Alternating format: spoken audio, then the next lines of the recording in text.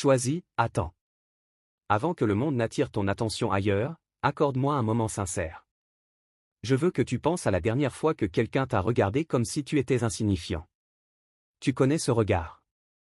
Celui qui a décidé qui tu étais avant même que tu n'ouvres la bouche. Celui qui t'a évalué, classé parmi les moins importants, puis est passé à autre chose. Peut-être que c'était récemment.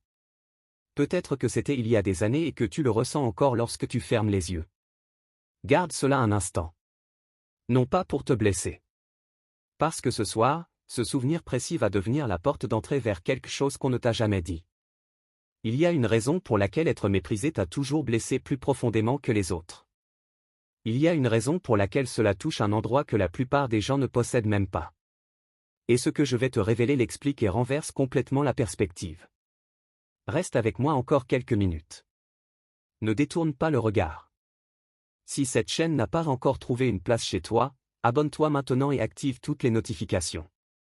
Non pas pour les chiffres, mais parce que ce que je vais partager appartient à un fil conducteur. Et je ne veux pas que tu perdes la pièce qui lui donne tout son sens. Et si tu es déjà abonné, merci. Sincèrement. Félicitations d'être l'un des rares fidèles qui reviennent encore et encore. Ta présence ici, encore et encore, signifie plus que les mots ordinaires ne peuvent l'exprimer. Écris 777 dans les commentaires si tu as passé une grande partie de ta vie à être sous-estimé par des personnes qui n'ont jamais compris ce qu'elles avaient réellement devant elles. Et reste jusqu'à la toute fin, car les dernières minutes contiennent la partie qui prend chaque moment où l'on t'a méprisé et réécrit ce que cela signifiait réellement. Laisse-moi d'abord te poser une question. Toute ta vie a-t-elle porté cette étrange marque d'être sous-estimé? Pas simplement un manque de respect une ou deux fois. Quelque chose de plus constant. Un schéma. Des gens décidant que tu valais moins avant même d'avoir la moindre preuve. Être ignoré dans des pièces où tu étais discrètement la personne la plus solide présente. Être traité avec condescendance par des personnes qui, si elles comprenaient ce que tu portes en toi, n'auraient jamais osé le faire. Tu t'es probablement dit que tu étais trop sensible, que tu accordais trop d'importance à l'opinion des autres, que tu avais besoin d'une peau plus dure et d'un cœur plus silencieux, mais au fond de toi, tu savais. Tu l'as toujours su. Ce n'était pas une faiblesse qui faisait autant mal lorsque l'on te regardait de haut. C'était l'inverse. Une partie de toi savait que ce rejet était faux, non pas injuste de façon ordinaire, mais faux dans les faits, faux dans sa structure même. Comme regarder quelqu'un mal interpréter quelque chose que toi tu voyais clairement et qu'il ne pouvait pas voir. Et ce soir, tu vas comprendre pourquoi. Et pourquoi, dans un endroit que tu ne peux pas voir, l'un des êtres les plus orgueilleux des ténèbres, un souverain portant une couronne plus ancienne que les nations, a laissé tomber cette couronne devant toi puis a refusé de relever les yeux du sol. Laisse-moi d'abord t'emmener quelque part. Dans la hiérarchie de l'invisible, les ténèbres ne sont pas une foule désordonnée. C'est un ordre. Elles ont des rangs, des trônes et des couronnes comme les royaumes d'ici-bas, sauf que leurs couronnes ne sont pas des métaphores. Ce sont de véritables marques de pouvoir accumulées, portés par des êtres qui ont passé des âges à gravir la structure des ténèbres, à conquérir, à dominer, à accumuler de l'autorité sur des choses inférieures. Un seigneur démoniaque n'est pas un simple soldat. Ce n'est pas l'un de ces petits tourmenteurs envoyés pour harceler des vies ordinaires. Un seigneur démoniaque est un souverain des ténèbres, un être qui a régné, devant lequel on s'est incliné, qui a porté sa couronne pendant des périodes de temps que l'esprit humain ne peut concevoir. De tels êtres ne s'agenouillent pas. Ils ne baissent pas les yeux. Toute leur existence est construite sur le fait de n'être jamais celui qui regarde vers le haut. L'orgueil n'est pas leur faiblesse. L'orgueil est leur architecture. C'est ce qui maintient toute leur structure en place. Alors, lorsque je te dis que l'un d'eux a laissé tomber sa couronne en ta présence, comprends ce que cela coûte à un être de cette nature. Ce n'est pas un petit geste. C'est l'effondrement de la seule chose sur laquelle il a été bâti, et cela s'est produit à cause de toi. Je connais la résistance qui traverse ton esprit en ce moment. Cette voix qui dit « pas moi ». Certainement pas moi. Un être pareil ne remarquerait jamais quelqu'un d'aussi ordinaire que moi. Ma petite vie ignorée n'a sûrement jamais attiré l'attention de quelque chose d'aussi puissant. Laisse cette voix s'exprimer puis continue d'écouter, car les preuves se trouvent dans ta propre vie et, à la fin, tu ne pourras plus faire semblant de ne pas les voir. Regarde honnêtement en arrière avec moi. Combien de fois quelque chose est-il venu contre toi avec une confiance totale? Une personne, une situation, Une force qui semblait certaine de pouvoir te balayer sans effort et qui pourtant a inexplicablement vacillé. Qui a hésité? Qui a reculé? Qui a trouvé au milieu de sa certitude une raison de battre en retraite sans pouvoir réellement l'expliquer? Combien de fois quelqu'un a-t-il essayé de te dominer, de te remettre à ta place, de briser quelque chose en toi, puis est reparti ébranlé, comme s'il avait tendu la main vers quelque chose qu'il croyait fragile et avait découvert une matière qu'il ne reconnaissait pas? Tu t'es dit que tu avais eu de la chance, qu'ils avaient changé d'avis, que tu avais évité quelque chose. Tu n'as rien évité du tout.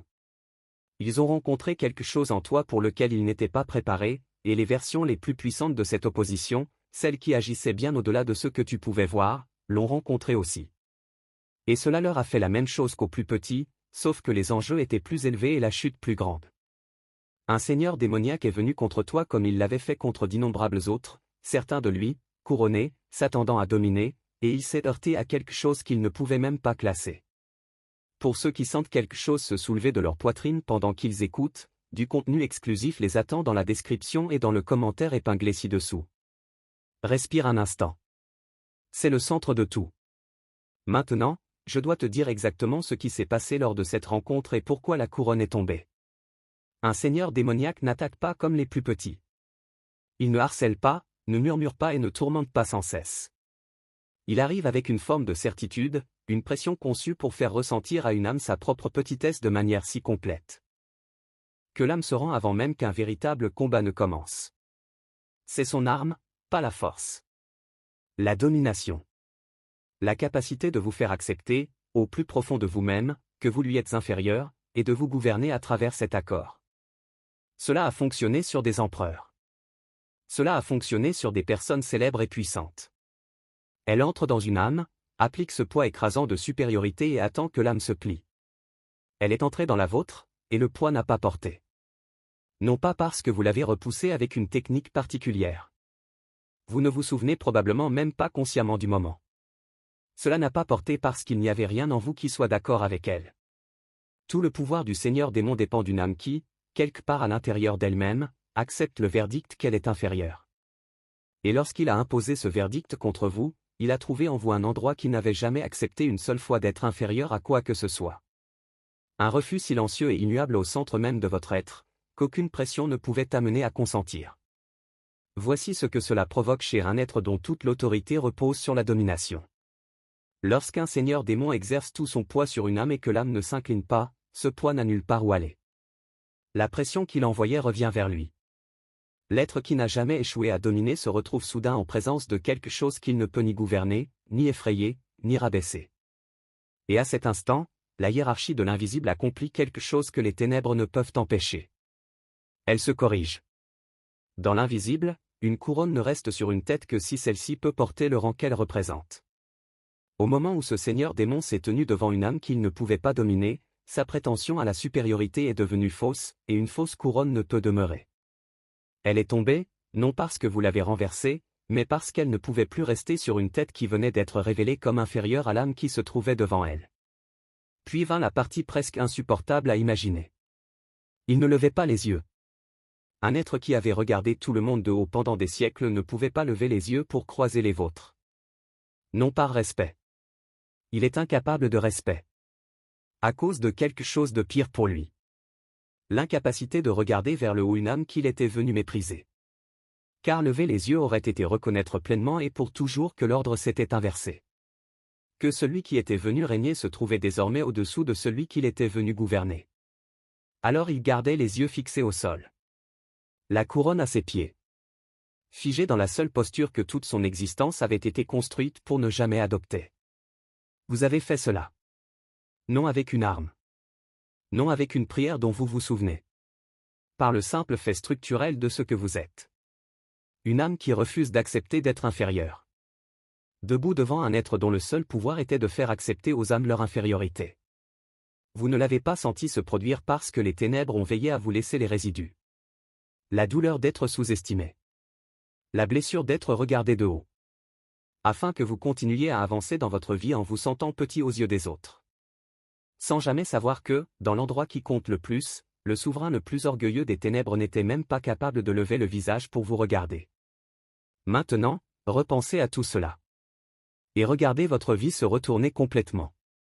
Vous avez interprété chaque rejet comme une preuve que ceux qui vous rejetaient voyaient quelque chose de vrai. Que si tant de personnes vous regardaient de haut, le problème devait être vous. Que cette constance prouvait que vous étiez réellement inférieur.